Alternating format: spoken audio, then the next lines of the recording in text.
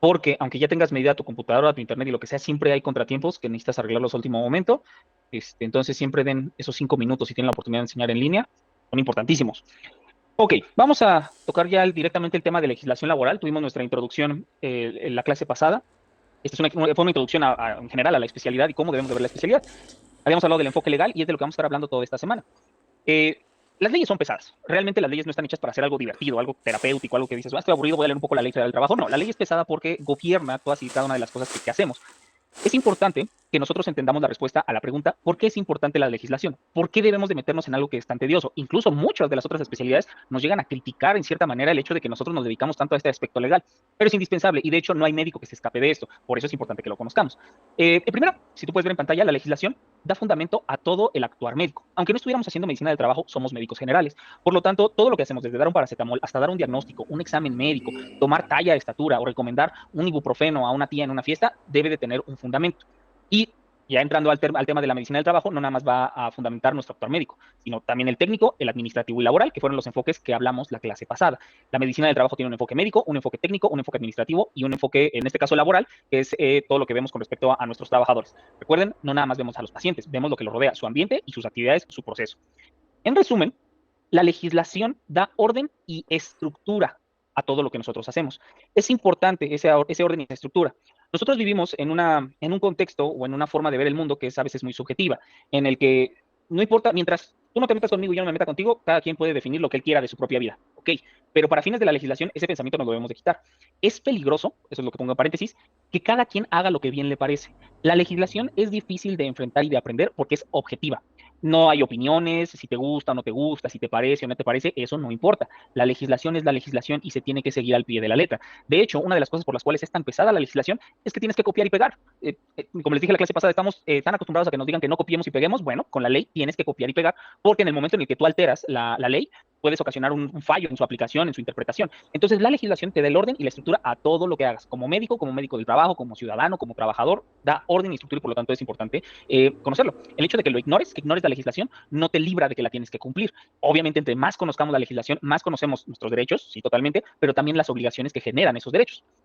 Este es el cuadro que vimos la clase pasada, son los enfoques de la medicina del trabajo, el enfoque médico, que es el que traemos de nuestra facultad, el enfoque técnico, que es lo que habla la seguridad y higiene, a lo que nos dedicamos para medir el ambiente de trabajo, el considerarlo para ver qué tan peligroso o qué tan probable es que enferme a nuestro trabajador, y obviamente el proceso, las actividades que hace en ese medio ambiente de trabajo.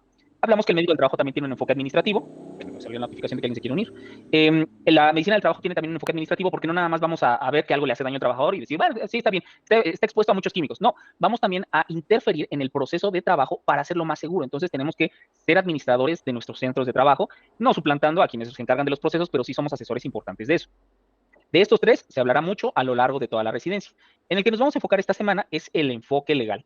Es la base, el fundamento. Cuando ustedes hagan una calificación o un dictamen, uno de los apartados más importantes va a ser la motivación, o sea, el por qué lo calificas o por qué dictaminas de esa manera, pero también la fundamentación, en qué te basas, ajá, según quién o según en dónde está escrito eso.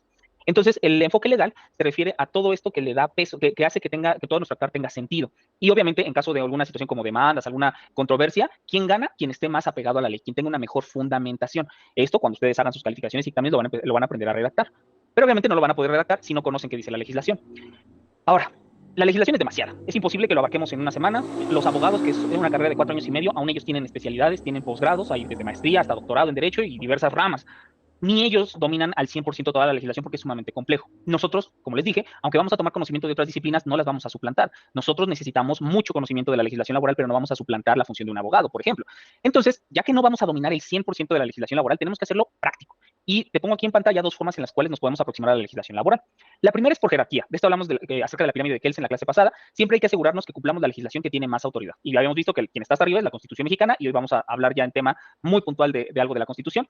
Y también otra forma en la que nos podemos aproximar a la legislación laboral, y no nada más podemos, es necesaria por pragmatismo, ya que no vamos a poder dominar toda la legislación en general y tampoco aún la legislación laboral tampoco la vamos a dominar toda, vamos a sacar la que nos es más útil y más urgente para que la apliquemos dentro de nuestra especialidad, tanto institucional como en la priva. Eh, Entonces, el día de hoy y seguramente mañana vamos a hablar de la ley usando estos dos tipos de aproximaciones. Nos vamos a ir desde arriba de la pirámide hasta abajo, pero no vamos a ir viendo todo. Vamos a ver lo que es más importante. Y te voy a poner en pantalla qué son las cosas a las que más le debes de prestar atención cuando te acerques a la ley del Seguro Social, a la ley federal del trabajo y algunos otros documentos normativos. Eh, este es el esquema que vamos a estar ocupando muchas veces. Esta diapositiva la vas a ver por lo menos unas 5 veces, a lo mejor en la clase de hoy y de mañana. Habla acerca de la jerarquía de los documentos legales, se le llama pirámide de Kelsen o pirámide kelseniana, y vamos a irnos de arriba hacia abajo para ver algunas cosas puntuales. Entonces, hablamos que la Carta Magna del país es quien va a definir en su más alto estándar el resto de la normativa en cuestión laboral. Cuando nos acercamos a la legislación, hay muchos tipos de legislación, muchísimos: penal, judicial, electoral, mercantil, civil, etcétera. Ustedes como médicos del trabajo deben de volverse diestros en 3 tipos de legislación: en la sanitaria, porque somos médicos; en la laboral, porque somos médicos del trabajo; y en la ambiental, porque somos médicos del trabajo y ambientales. Entonces, estos 3 tipos de legislación son los que deben de concentrarse. Como esta es una clase destinada para el primer año de la residencia, aunque sé que tenemos R2 y R3 en el auditorio, nos vamos a dedicar a un esquema general de lo laboral, porque lo sanitario se supone que ya lo traemos, aunque obviamente en la residencia lo vamos a repasar, pero también lo ambiental es un rollote que tiene su propio apartado en el programa. Entonces, nada más vamos a estar viendo lo laboral en esta semana. La clasificación práctica, en la cual vamos a verlo, acuérdense, vamos a verlo desde arriba hacia abajo, pero también por pragmatismo. Pragmático quiere decir qué tan útil es algo, qué tanto me sirve. Entonces lo vamos a semaforizar, como todo en esta vida lo vamos a semaforizar. Todo aquello que esté de verde es algo que solamente debes de saber que existe. No necesitas dedicarle más esfuerzo, solamente que está ahí. Y si lo necesitas, lo puedes ir a consultar en el momento que quieras. Lo naranja, no lo puse amarillo porque si no, no se ve bien en la diapositiva. Vamos a marcar con naranja lo que debes de saber qué dice. Ya no nada más dónde, sino qué dice. No es necesario que te lo aprendas de memoria, solamente que sepas a grandes rasgos qué dice esa legislación. Y obviamente también semaforizamos de rojo aquella legislación que debemos tener tatuada.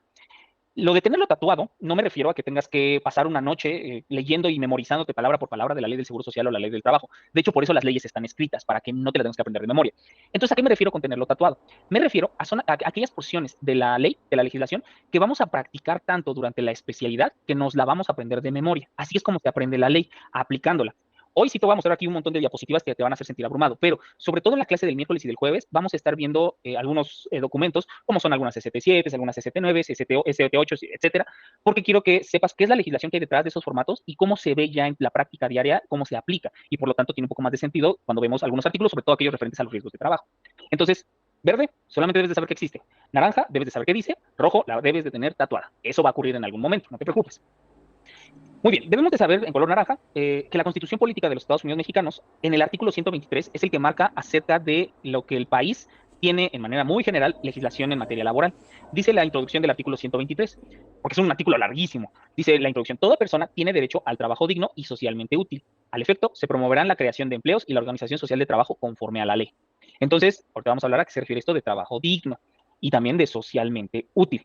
Pero básicamente la Constitución establece que el trabajo es un mecanismo por el cual cada uno de los ciudadanos del país va a obtener su medio de subsistencia. Y el trabajo, aunque principalmente es para que nosotros podamos comer y satisfacer nuestras necesidades, también el trabajo debe de ser útil. Una de las grandes frustraciones que a veces produce el ser residente de la medicina del trabajo, y disculpen a los R1 si los desilusiono un poco, y los R2 y R3 me van a saber dar la razón, es que hay momentos, no siempre, pero hay momentos en los que no te sientes socialmente útil, en las que estás en algunos servicios casi como de adorno, en la que te sientes como que no encajas, pero a la vez tienes que estar ahí. Eso es parte de la especialidad, porque nosotros somos una especialidad muy sui generis, muy fuera de la norma del resto de las especialidades.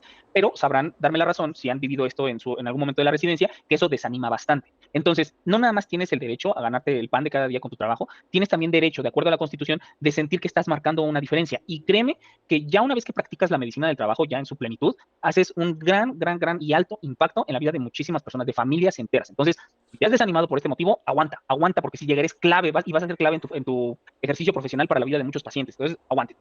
El artículo 123 tiene 2 apartados. El apartado A habla de los trabajadores en general, todos los trabajadores en general. Y el apartado B, ese solamente debes de saber que existe el apartado B, habla de los trabajadores del Estado, o sea, todos aquellos que cotizan al ISSSTE. ¿En qué momento este color verde se debe volver naranja? Si es que en algún momento te haces médico laboral del ISSSTE. Pero si no, debes de saber que es suficiente que te sepas o que sepas qué dice el apartado A, que son un montón de artículos. No los vamos a ver todos, pero sí quiero que veamos algunos de los más importantes. En tu formación, en los 3 años de especialidad, vas a dedicarte enteramente a ver la medicina del trabajo desde el aspecto institucional, y está bien, porque el IMSS está invirtiendo en ti tiempo, dinero y recursos para que tú seas un médico del IMSS, es la verdad. Pero también existe la parte privada del ejercicio de la medicina del trabajo. El problema a veces de la privada, de la priva en la medicina del trabajo, es que los médicos de especialidad se quedan en el IMSS y muy pocos se avientan a la priva. Y los que están en la priva son médicos que no cumplen el perfil de ingreso para el IMSS. Entonces siempre existe esta disociación del médico laboral en una empresa con el médico laboral dentro del IMSS. Mi objetivo, sobre todo en la clase de hoy y de mañana, es darte un enfoque no tanto institucional, aunque vamos a ver muchas cosas del IMSS, sino más bien un enfoque como si fueras médico de planta, un médico de empresa. Las clases del miércoles, del jueves y del viernes ya me concentraré mucho a nuestro rol como médicos del trabajo del instituto. Muy bien, entonces, el apartado A, en su fracción 14, habla que los empresarios serán responsables de los accidentes de trabajo y de las enfermedades profesionales de los trabajadores. ¿Qué quiere decir esto? De acuerdo a la ley, cuando un trabajador se accidenta o se enferma, ¿de quién es la culpa? O bueno, la responsabilidad, porque culpa se escucha muy feo, ¿de quién es la responsabilidad es del patrón? Vamos a poner un ejemplo. En el caso de que un trabajador no se ponga su equipo de protección personal y por eso tenga un accidente, en países como Inglaterra, por ejemplo, automáticamente pierde sus prestaciones como riesgo de trabajo. ¿Por qué? Porque la ley de ella culpa al trabajador por no ponerse su equipo de protección personal. Los mexicanos podremos hacer muchísimas cosas y podrá tener un montón de defectos nuestro gobierno y lo que quieras. Pero la verdad es que la legislación laboral que tiene México, desde la Constitución, que sale del año de la Revolución, punto extra si alguien me pone en el chat de qué año es la Constitución que tenemos actualmente, es una estación de metro, por cierto, la Constitución fue muy característica, que innovó por completo en el mundo, porque aquí decía, perfecto, 1917, muchas gracias, muchachos. Este, innovó en el mundo, porque aquí el empresario era culpable, era el responsable. Entonces, cuando vemos un accidente de trabajo y las empresas nos dicen en la ST7, oye, pero es que el accidente ocurrió porque no usó su casco. A lo mejor eso podría ser, eso nos lo avientan como para que neguemos el riesgo, pero de acuerdo a la ley, el empresario fue responsable. Y dice, ay, pero ¿por qué si él fue el que no se puso el casco? Fue tu responsabilidad porque no lo supervisaste, porque no lo capacitaste. Algo hizo que él no se pusiera el casco y el origen fue tu proceso de trabajo, tú que no lo capacitaste, que no lo supervisaste, etcétera. Entonces, esta es una parte legislativa muy, muy buena, que es responsable el empresario. Y bueno, siguiendo con el apartado, en la fracción 14, dice que son accidentes y enfermedades sufridas con motivo en ejercicio de la profesión o trabajo que ejecuten. Esto lo voy a guardar para la clase del miércoles porque vamos a hablar de riesgos de trabajo. Por lo tanto, los patrones deberán pagar la indemnización correspondiente, según que haya traído como consecuencia la muerte o simplemente incapacidad temporal o permanente para trabajar. Estos términos también los vamos a definir miércoles y jueves, porque es lo del apartado de riesgos. Pero aquí lo que quiero señalizar es que el patrón debe de pagar. Hacerse responsable implica últimamente pagar. Tienen que soltar dinero. Uno de los puntos éticos más difíciles del médico de la empresa es que sí o sí, en algún momento, el patrón le va a pedir en mayor o menor medida a un médico de empresa que oculte un riesgo, que no se reporte al IMSS, que se contenga de manera interna. Y esa es una situación muy, muy especial en la cual yo ya tengo mis parámetros porque soy médico de empresa, qué casos sí y qué casos no se contienen de manera interna, porque también se vale, por algo te contrata una empresa, para que no se le suba la prima. Entonces, sí, sí es ético contener ciertos casos dentro de la empresa, pero hay que tener cuidado, porque precisamente el patrón, la responsabilidad se materializa en dinero. Esta responsabilidad subsistirá aún en el caso de que el patrón, ahí se me fue el patrón contrate el trabajo por un intermediario. Y aquí hablamos del famoso outsourcing, que ahorita voy a tocar algunos temas de este tema muy rápido del outsourcing. Eso se refiere con intermediario. Fracción 15. El patrón estará obligado, no es si quiere, si puede, si le conviene, si tiene dinero, si tiene las instalaciones, está obligado a observar de acuerdo con la naturaleza de su negociación los preceptos legales sobre higiene y seguridad en las instalaciones de su establecimiento y a adoptar, no nada más es saber los preceptos, sino tiene que adoptar las medidas adecuadas para prevenir accidentes con el uso de maquinarias, con el uso de máquinas, instrumentos y materiales de trabajo, así como organizar de tal manera que resulte la mayor garantía para la salud y la vida de los trabajadores. Cuando empiecen a andar en empresas, se van a dar cuenta que hay giros, hay tipos de empresas que por la propia naturaleza de su proceso son súper peligrosas, como por ejemplo la minería, aquellas que se dedican a la producción de materia prima para la construcción, por ejemplo las que extraen la cal, las que hacen cemento, que realmente el trabajo es extremadamente peligroso y algunos trabajadores sí están en condiciones que no son para nada seguras. En la fracción 15 del apartado del artículo 123 habla que es obligación no nada más el hacerse responsable, sino que tenga las disposiciones para que resulte la mayor posible garantía a la salud, lo cual nunca se va a llegar al 100%. Todo trabajo es peligroso. El hecho de que ustedes estén ahorita sentados viendo una pantalla puede ocasionarles riesgos ergonómicos, riesgos a la vista. Ahorita alguno de ustedes a lo mejor jala mal un cable y se electrocuta. O sea, no hay garantía al 100% de que hay salud, pero sí se debe procurar la mayor posible. Y bueno, dice no nada más garantía para la salud, sino para la vida de los trabajadores. Y en el caso de las mujeres, del producto de la concepción cuando se trate de mujeres embarazadas. No es causa el embarazo para dar de baja a una trabajadora, pero sí obliga al patrón a tener cuidado no nada más de la mujer, sino del producto que tiene. Entonces, sobre todo en aquellos trabajos en los que las trabajadoras se exponen a ciertos químicos, a radiación, etcétera. Las leyes, refiriéndonos específicamente a la Ley Federal del Trabajo y la del Seguro Social, contendrán el efecto de las sanciones procedentes en cada caso. Fracción 29. Es de utilidad pública la Ley del Seguro Social y ella comprenderá seguros de invalidez, de vejez, de vida, de cesación involuntaria del trabajo, de enfermedades y accidentes, de servicios de guardería y cualquier otro encaminado a la protección y bienestar de los trabajadores campesinos, no asalariados y otros sectores sociales y sus familiares. Estos artículos se van prolongando a veces con el paso del tiempo porque se van reformando para que cubra de una manera más clara a sectores vulnerables. Ahorita que hablemos de la ley del Seguro Social, es importantísimo que se aprendan de memoria los ramos de aseguramiento de la ley del Seguro Social, que son 5, ahorita los vamos a enumerar. Perdón, son importantes porque no nada más porque son médicos ustedes del IMSS, sino porque ustedes como trabajadores también tienen acceso a esos seguros. Y no nada más es para que no te enfermes o que si estás enfermo para que te cures. Está encaminada la seguridad social para tener bienestar. También va para la protección y bienestar de los trabajadores. No nada más se trata de no estar enfermo, sino de estar lo mejor posible en esta vida. Trabajadores, todos aquellos que conocemos, que están en las fábricas, en las tiendas, etcétera, pero también otros sectores que por mucho tiempo no fueron tan contemplados dentro de la vida laboral formal, por decirlo así, como los campesinos. Hay un esquema de seguridad social para campesinos que no vamos a ver porque es muy raro que nosotros tengamos contacto con ellos, a menos que te vayas a lugares muy particulares ya que egreses y te den tu plaza, no asalariados y otros sectores sociales y sus familiares. Muy bien. Perdón, porque tuve que interrumpir para darle acceso tardío a alguien a la sesión, no voy a decir su nombre. Eso hablando de la Constitución. Vamos a avanzar. Si ustedes ven la pirámide de Kelsen, hasta arriba está la Constitución Política de los Estados Unidos Mexicanos. Vamos a hablar ahora del siguiente peldaño, que son las leyes federales y los tratados. Antes de hablar de la ley federal del trabajo, vamos a hablar de los tratados. Cuando termina la Primera Guerra Mundial, que es más o menos con la fecha en la que se hizo la Constitución de México, un año después, se hizo evidente que la modernización del trabajo, y esto es mucho en el aspecto sociológico del trabajo, cuando los medios de producción cambian, se automatiza, sale la figura del dueño de los medios de producción, que es el empresario, y la parte del proletariado, que son los trabajadores, y no, esto no es comunismo, son los términos sociológicos e históricos reales, nada más que los toma mucho el comunismo para hacer su doctrina, se dan cuenta que existe mucho abuso en la forma en la que se trabaja. Entonces, al final de la Guerra Mundial, de la Primera Guerra Mundial, se forma la OIT, la Organización Internacional del Trabajo, y empieza a generar varios convenios, varias recomendaciones, en la cual varios países que forman la Organización Internacional del Trabajo firman y se suscriben. Ahora, ¿qué es un convenio? Es un tratado internacional, es un tratado internacional legalmente vinculable. ¿Qué quiere decir esto? Si lo firmas, no nada más es como para quedar bien. Si lo firmas, tienes que seguirlo y te van a estar vigilando otras naciones de que lo cumplas. Entonces, México ha firmado la gran mayoría de los convenios de la OIT. Para fines de la clase de hoy solamente vamos a hablar del 161, algunas de sus porciones, que habla acerca de los servicios de salud en el trabajo en las empresas. Entonces, si está firmado, México lo tiene que llevar a cabo. Ahora, tú podrías preguntar, si cada país es soberano, ¿realmente qué es lo que te obliga a firmar el convenio? Bueno, lo mismo que nos hizo firmar y hacer la NOM 35 y NOM 36 de ergonomía y factores de factores de riesgo social y la de ergonomía, que si no tienes firmados y cumplidos estos convenios, hay países que ni te importan ni te exportan, entonces pierdes dinero. Entonces, para que esto siga, firmas el convenio, lo llevas a cabo, y entonces los países más fácilmente te venden y compran su producto. En el aspecto de nosotros, se hizo la NOM de ergonomía y la de factores de riesgo psicosocial, porque con el nuevo Tratado de Libre Comercio, uno de los puntos era que México tenía que desarrollar normativa en ese aspecto. No creas que fue porque nuestros legisladores dijeron, no, este es un factor de riesgo importante, hay que cuidar a los trabajadores. No, es porque sin esas NOMs, Canadá y Estados Unidos no iban ni a importar ni a exportar su producto. Los convenios son algo parecido. Entonces, cada convenio tiene sus artículos. Esto está en verde, solamente debes de saber que existe. Dice, no vamos a leer todo, el artículo 1 dice a los efectos del presente convenio, la expresión servicios de salud en el trabajo designa unos servicios investidos de funciones esencialmente preventivas. Está padre atender diarreas, atender resfriados dentro de las empresas, a veces no está tan padre, pero no es nuestra función, no es poner curitas ni suturar, lo podemos hacer porque damos primeros auxilios totalmente, pero el médico en empresa es esencialmente preventivo. Recuerda, la medicina del trabajo ve personas sanas, o sería lo ideal, y encargados de asesorar al empleador, a los trabajadores y a sus representantes en la empresa. Y ahí vienen algunas, acerca de qué cosas puedes asesorar. Una de las cosas por las cuales a veces como residentes de medicina del trabajo y ambiental nos sentimos así como medio perdidos en la vida hospital es porque somos un médico de entre tantos. Entonces, pues, si haces una guardia en medicina interna, eres un médico de varios, internos, residentes, y hasta cierto punto ni siquiera eres del área, eres como un médico rotante, por decirlo así.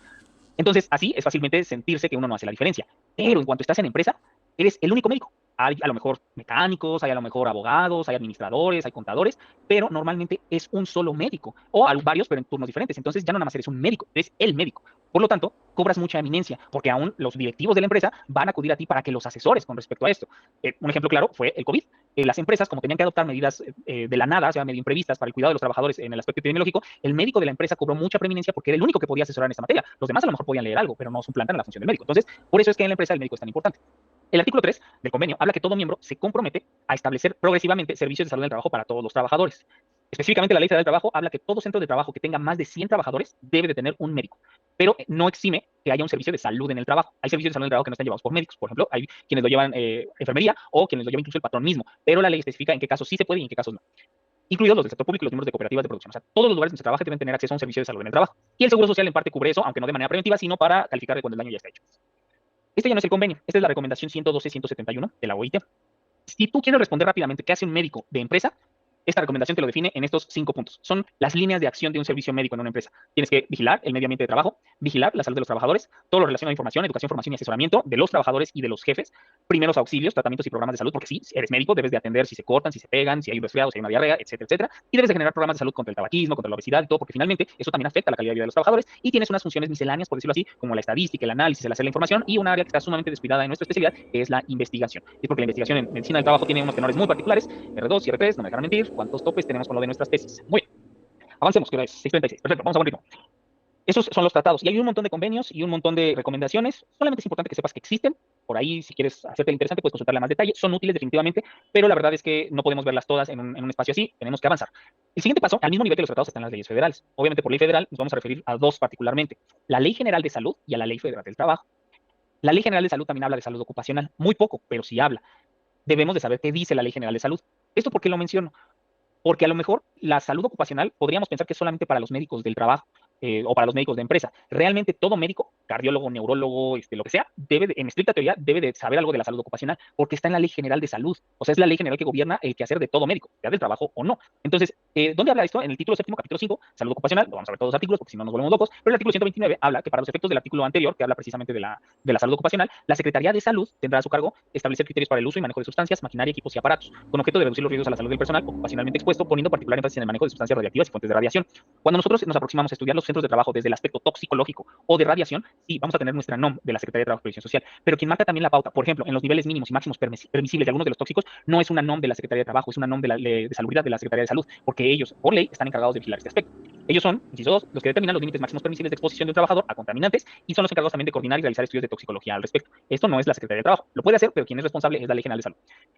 Esto está en verde, debes de saber que existe la definición del accidente de trabajo de la Ley General de Salud, que dice, para los efectos de esta ley, se entiende por accidente el hecho súbito que ocasione daños a la salud y que se produzca por la concurrencia de condiciones potencialmente prevenibles. Debes de saber que la Ley General de Salud también tiene su propia definición de un accidente de trabajo, pero no la vamos a tomar en cuenta. La que nos interesa es la de la Ley Federal del Trabajo que veremos el día miércoles. Muy bien. Esto que ves aquí en pantalla, todas estas letras, son los 16 títulos de la Ley Federal del Trabajo. Son 1010 artículos de pura diversión y obviamente no es necesario, estaría excelente que lo supiéramos todos, pero la verdad es que mucho de eso no los vamos a necesitar. De igual manera, te semaforizo cuáles son los que serían más importantes tener tatuados. Obviamente desde el título primero, que son los principios generales, el título cuarto, no, perdón, el título primero y el título noveno, que habla de los riesgos de trabajo. Eso porque eres médico del trabajo. Pero lo que es el título segundo, tercero y cuarto, es importantísimo que los conozcas no porque eres médico del trabajo, sino porque eres trabajador. ¿Cuánto te toca si te despiden injustificadamente? Como trabajador, ¿cuáles son las causas justificadas de despido? ¿Qué es lo que pasa con el patrón cuando no obedece ciertas condiciones del centro de trabajo? Porque tú eres trabajador. Todos los trabajadores mexicanos deberían de conocer título segundo, tercero y cuarto simplemente por el hecho de ser trabajadores. Tú eres trabajador, tienes que conocer título segundo, tercero y cuarto. Vamos a hablar de aspectos muy generales de estos títulos y ya que eres médico del trabajo, entonces título primero y título noveno. También, tatuadísimos. Con la práctica eso se va a hacer. Dice el artículo 2 de las disposiciones generales, que es el título primero. Las normas del trabajo tienden a conseguir el equilibrio entre los factores de producción y la justicia social, así como propiciar el trabajo digno o decente en todas las relaciones laborales. ¿A qué se refiere este artículo? La idea de la Ley Federal del Trabajo es que no, ni muy, muy, ni tan, tan con respecto a la relación del trabajador y del patrón, ni es el énfasis a hacer dinero por parte de los patrones a expensas de la salud de los trabajadores, pero tampoco es hacer al trabajo algo que requiera tantas obligaciones que ya el patrón ya no gane dinero de su empresa. O sea, no debemos de caer en ninguno de los otros extremos. Uno de los otros extremos, en el caso del abuso de los patrones, bueno, es ahí donde vemos un abuso del poder empresarial y del otro lado vemos algo muy parecido al comunismo, donde ya no importa tanto si se gana o no dinero, sino solamente si el trabajador está a gusto. Y eso, ambos extremos se ha demostrado que a corto, mediano y largo plazo producen miseria y pobreza. Entonces, el objetivo de las normas es que existe el equilibrio perfecto entre que el trabajador debe de chambear y debe de estar ahí en el trabajo, a pesar de que es cansado, a pesar de que es difícil, pero también lo protege de que el patrón tenga que cumplir todas estas obligaciones para cuidar de la salud y del bienestar del trabajador. Ese mismo artículo, continuando, vamos a definir lo que dice trabajo digno. Dice, se entiende por trabajo digno o decente aquel en el que se respeta plenamente la dignidad humana del trabajador. No existe discriminación por origen étnico o nacional, género, edad, discapacidad, condición social, condiciones de salud, religión, condición migratoria, opiniones, preferencias sexuales o estado civil. Se tiene acceso a la seguridad social y se percibe un salario remunerador. Y aquí es donde vamos a entrar en el tema picante. Vean hasta donde leímos. Si se dan cuenta, las características del trabajo digno, muchas de las residencias no lo cumplen. Yo no sé por qué es que ha subsistido por tanto tiempo el sistema clásico de la residencia médica, porque realmente no cumple. Y yo sí puedo decir que medicina del trabajo es muy, muy diferente en este aspecto. A lo mejor no es perfecto, ¿verdad? Pero es definitivamente diferente a las demás. Porque realmente, si somos legales, muchas de las residencias no son trabajo digno, porque es la definición legal. O sea, no es la que me parece, la que saqué del libro de historia, soy comunista y esto es lo que mi manifiesto dice. No, no, no, es la ley federal del trabajo. Entonces, ahí está muy puntual la definición del trabajo digno. Ahora, si está todo esto, si no te discriminan, si se respeta plenamente tu condición humana, pero, siguiente parte de la definición, dice, se tiene acceso a la seguridad social y se percibe un salario remunerado. O sea, puedes tener todo lo de arriba, pero si no tienes seguro social y no tienes un salario remunerado, entonces tampoco es trabajo digno. Todos los trabajos que no ofrecen seguridad social en cualquiera de sus esquemas, como INSS, ICEMIN, para los maestros de aquí del Estado de México y algunos otros que existen a nivel nacional, entonces no es trabajo digno por definición legal. ¿Y qué es un salario remunerador? Donde también tenemos una situación. Nosotros tenemos muchos gastos, pero siendo sociológicamente objetivos, un salario remunerador es aquello para lo cual te alcanza para tus necesidades básicas. ¿Cuáles son tus necesidades básicas? Agua, comida un techo donde vivir y hay probablemente el transporte. Si te alcanza para eso, legalmente tienes un salario remunerado. Por eso es que el salario mínimo está donde está. El celular no es una necesidad, la tecnología no es una necesidad. Estoy hablando desde el punto de vista sociológico y tecnológico, si lo quieres ver, ilegal. Nuestros hobbies y pasatiempos, si son los videojuegos, la televisión, el coleccionar algo, no son una necesidad. Entonces, realmente, si somos también objetivos legalmente hablando, si te alcanza para la comida, no restaurantes, o sea, no cosas que van más allá de eso, aunque sería lo ideal. Es un salario remunerado, por eso es que el salario mínimo ha estado tan bajo, por eso es que existe el modelo de la canasta básica. Entonces, es lo ideal, no, definitivamente no, pero también tenemos que ser objetivos, la ley no da para más. Se recibe, no, y bueno, pasando a otro aspecto del trabajo digno, se recibe capacitación continua para el incremento de productividad con beneficios compartidos. ¿Por qué? Porque al patrón le conviene que su trabajador sepa hacerlo para que produzca más, pero también al trabajador le conoce saber más para que le dé más valor a su empleo y si en algún momento tiene que irse a otra empresa, tenga un mejor currículo y también que se cuente con condiciones óptimas de seguridad y higiene para prevenir riesgos de trabajo. Muy bien. Artículo 4. No se podrá impedir el trabajo a ninguna persona ni que se dedique a la profesión, industria o comercio que le acomode siendo lícitos, obviamente. El ejercicio de estos derechos solo podrá vedarse por resolución de la autoridad competente, cuando se ataquen los derechos de tercero o se ofendan los de la sociedad. ¿Por qué pongo este artículo? Esta presentación también tuve la oportunidad de darla a médicos de empresa, y este es un artículo que a muchos de los trabajadores se les va de la mano. Necesito que ustedes lo conozcan porque una de las preguntas muy comunes de los pacientes que van a ver en los diversos servicios del IMSS es, y como a ustedes les van a estar preguntando de las cuestiones de incapacidad, es de, bueno, ¿y qué va a pasar conmigo? Con mi patrón, ¿qué le digo a mi jefe si me dice que yo ya no puedo trabajar? Artículo 4, y algunos otros que veremos en algunas otras clases, no se podrá impedir el trabajo a ninguna persona ni que se dedique a la profesión, industria o comercio que le acomode siendo lícitos. El ejercicio de estos derechos solo podrá darse por resolución de la autoridad competente. O sea, solamente si existe un documento legal por una autoridad competente es que el trabajador no puede permitirle al trabajador regresar a su puesto de trabajo. ¿Cuáles son los dos documentos que pueden impedir, que liberan al patrón de responsabilidad, por decirlo así, de que le regrese su trabajo a un trabajador que está enfermo? Un dictamen de invalidez. Bueno, son tres. Un dictamen de invalidez, una incapacidad permanente total o una orden de aprehensión o ya un laudo firme de se llama un auto de formal prisión. Esos son los tres documentos, legalmente hablando, que pueden, hacen o liberan de responsabilidad al patrón de que le regrese su trabajo a un trabajador. Dice el siguiente aspecto del artículo 4, el siguiente punto, perdón, del artículo 4. Se atacan los derechos de tercero en los casos previstos en las leyes y en los siguientes. Voy a hablar nada más del inciso B. Cuando se niegue el derecho, o sea, ¿en qué momento se ataca el derecho del artículo 4? Cuando se niegue el derecho de ocupar su mismo puesto a un trabajador que haya estado separado de sus labores por causa de enfermedad o de fuerza mayor o con permiso al presentarse nuevamente a sus labores. Oye, es que no puedes reintegrar de laborar hasta que allá en el IMSS me den un documento de bla, bla, bla. Nada. Por artículo 4 de la Ley Federal del Trabajo se ataca el derecho del trabajador cuando se le niegue su regreso a labores y sobre todo si está regresando de una enfermedad. Entonces, si les preguntan en sus rotaciones, en su servicio, el patrón tiene la obligación de cumplir el artículo 4 y algunos otros que vamos a hablar más adelante. Artículo 18. Este lo van a ocupar muchísimo para las calificaciones de accidentes y de hecho yo creo que por ahí el miércoles jueves vamos a hablar de unos ejemplos en el que utilizamos artículo 18. En la interpretación de las normas de trabajo se tomarán en consideración sus finalidades señaladas en el artículo 2 y 3 que hablan del trabajo digno. Pero en caso de duda, prevalecerá la interpretación más favorable al trabajador. Esta va a ser una pregunta que va a estar en su examen. En caso de que haya duda en la interpretación de las normas de trabajo, la Ley Federal del Trabajo hace que prevalezca aquello que sea más favorable al trabajador. En la práctica, ¿cómo se ve? Si tienes un accidente de trabajo en el que el patrón dice que no, pero el trabajador dice que sí, y sus testimonios, por decirlo así, están encontrados, le vamos a dar el beneficio al trabajador y por lo tanto, si está un empate, por decirlo así,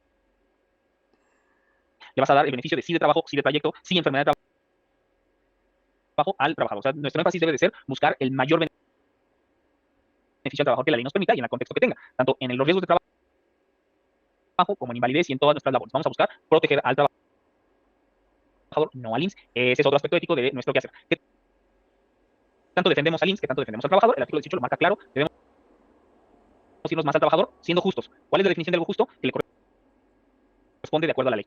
Hay casos que nos llegan al corazón, que de repente queremos ser flexibles con la ley, hay que evitar eso. ¿Le corresponde? Órale va. no le corresponde, pues ni modo, aunque sea mi familiar. Oye, antes de continuar, y ya con las últimas diapositivas del título primero de la letra del trabajo, necesito presentarles una regla de hermenéutica bien importante. La hermenéutica es la rama de la filosofía que se encarga del estudio y la interpretación de textos. Cuando te escriben un WhatsApp, cuando te escriben un OK en el WhatsApp, le vas a hacer hermenéutica. Si tú me mandas un mensaje que dice, ¿sabes qué, Isaac? No me voy a poder conectar el día de hoy porque pasó algo. Y yo te mando un OK, tú lo vas a interpretar como, bueno, está bien, ya me confirmó de recibido. Pero ¿qué pasa si tu novio o tu novia te contesta un OK así seco, el monosílabo, matón, ni una carita, ni un emoji, nada? Oye, es que hoy voy a salir tarde. Oh, OK, allá le das una hermenéutica. Al mismo texto le estás dando una interpretación totalmente diferente. ¿Qué cambió entre uno y otro? El contexto. Y quiero presentarte una regla de oro de la hermenéutica, que es la rama de la filosofía que se encarga de interpretar y estudiar el texto escrito, el que quieras. Un mensaje, una carta, un documento legal como los que estamos viendo. Un texto fuera de contexto es un pretexto. Cuando veas las NOMs y toda la legislación, va a haber muchas NOMs que se refieran a otras NOMs y leyes y reglamentos que se refieran a otras leyes y reglamentos y así. Quiere decir que es importante que si una NOM, la de servicios médicos, te dice que también se relaciona a la NOM de las comisiones de seguridad y higiene, entonces para que entiendas completamente esa NOM, debes de leer las otras a las que la misma NOM te está diciendo que están relacionadas. De igual manera en la ley, si lees un artículo, debes de leer los que siguen y los que le anteceden para asegurarte de que lo estás interpretando correctamente. Vamos a hacer un ejemplo muy práctico. El artículo 12 de la Ley Federal del Trabajo. Queda prohibida la subcontratación de personal, entendiéndose esta cuando una persona física o moral proporciona o pone a disposición trabajadores propios en beneficio de otra. ¿Qué es todo este rollo? El outsourcing, la subrogación de servicios. La Ley Federal del Trabajo prohíbe la subcontratación. Pero entonces, piensa en tu día hoy en el hospital. ¿A poco son trabajadores SIMS los vigilantes? No, tienen su uniforme y hasta tienen sus escudos. Hay algunos servicios dentro de los hospitales que también no son trabajadores SIMS. Dices, pero pues entonces, ¿qué pasó con el artículo 12 si se supone que está prohibido? Muchas de las formas en las que se emplean los médicos en las empresas son a través de outsourcing, no los contrata directamente la empresa, los contratan para una consultoría. Dices, bueno, entonces, ¿qué está pasando? Artículo 13. Te permite la subcontratación, el outsourcing, de servicios especializados o de ejecución de obras especializadas que no formen parte del objeto social ni de la actividad económica preponderante de la beneficiaria de estos, siempre que el contratista esté registrado en el padrón público que se refiere al artículo 15 de esta ley. O sea, entonces no está en absoluta la ley. Hubo muchos abusos con el outsourcing en los últimos 20 años, muchísimo, muchos. Pero esto también ha llevado a una idea en la que el outsourcing es satánico, casi demoníaco y debe de quitarse por completo. La verdad es que es imposible y el outsourcing siempre es necesario, porque como te comenté la clase pasada, vivimos en un contexto laboral en el que se busca la especialización. Saber mucho, pero de un campo súper angosto. Por lo tanto, no vas a poder dominar muchos procesos o muchos tipos de servicios dentro de tu giro de la empresa. Yo trabajo en las mañanas en una empresa que se dedica al ensamblado, servicio y montaje de montacargas y de otra maquinaria pesada. Por el puro tipo de servicio, pues ellos obviamente no van a dedicarse ni tienen dentro de sus procesos la formación de personal de salud.